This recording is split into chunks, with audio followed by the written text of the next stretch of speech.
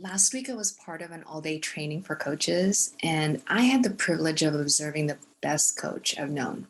I watched and listened to him coach, and I was profoundly struck by how masterful he was. He displayed a high degree of care and candor.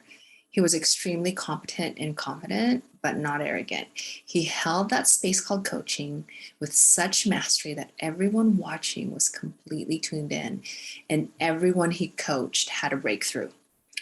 He could see through people's tactics to make excuses, to avoid or hide because of fear. And yet, I never sense any kind of judgment from him. He called people out from where they are and where they've been, but he did it with compassion and kindness. I honestly couldn't stop talking about him and the training when my husband got home because it left me so humbled and inspired. He never made me feel less than, but he served people so well that I left the training wanting to grow all the more as a coach.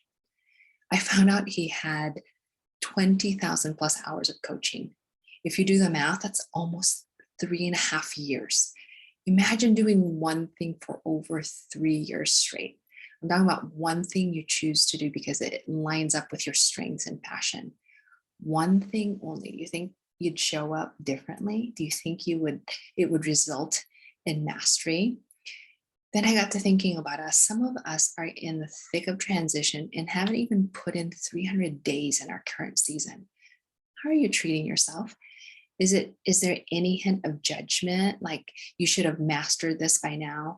Do you hear a bunch of shoulds and should nots in your thinking or in your speech? I got coached this morning in the area of motherhood because I felt stuck in guilt over a particular matter.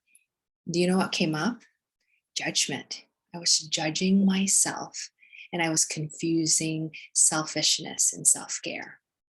So, my simple challenge for you in the next week is to pay attention to judgment, verbalized or internalized, towards yourself or others.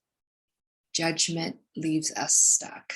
It's not a good motivator and it doesn't move us forward. So, give it a try this next week. Let go of judgment. Be aware of it first. And then, once you become aware of it, let go of it. Instead, embrace grace and compassion.